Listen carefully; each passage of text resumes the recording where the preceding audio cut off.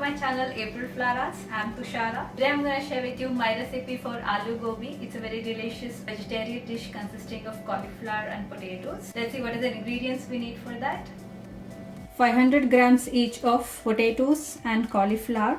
I've cut the potatoes into smaller cubes and cauliflower into bigger chunks because potatoes take a longer time to cook.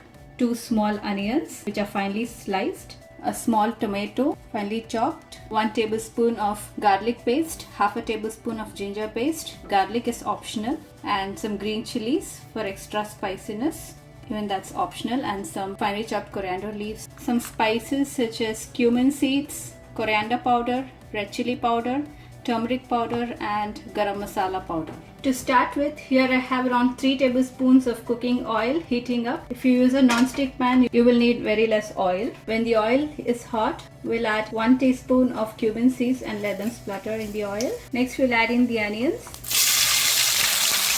and some salt, and we'll saute the onions until they are slightly brown. So when the onions are beginning to caramelize, we'll add the potatoes.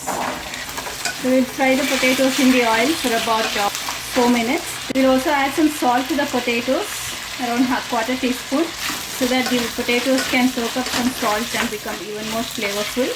At this point, we'll also add the ginger and garlic paste and slightly saute it in the oil and mix them with the potatoes. So it's been about 4 minutes now. The potatoes were roasting in the oil and they've got a very nice flavor, and even the raw smell of ginger and garlic is gone. At this point, we'll add the cauliflower and just a little bit of salt for the cauliflower, ¼ teaspoon, and we'll mix them in and roast them as well for about 2 minutes in the oil.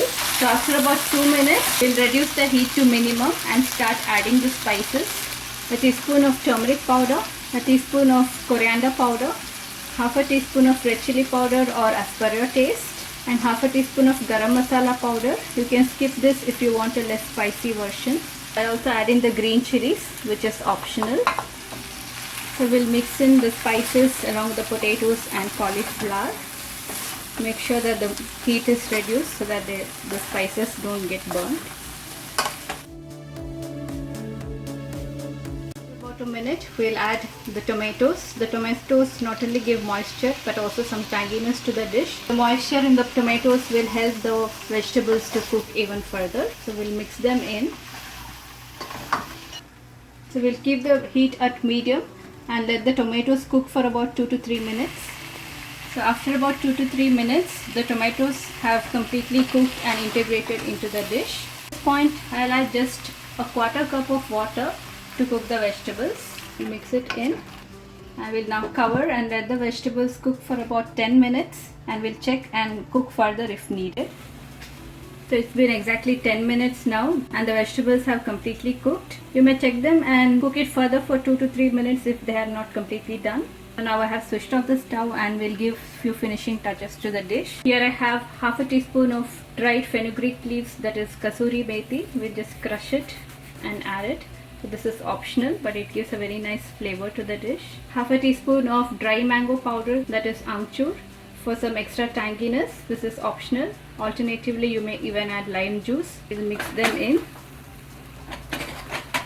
We'll finish the dish with some finely chopped coriander leaves on top. So that's it. Aloo gobi is all done. It's ready to be served. So here's the final look of aloo gobi.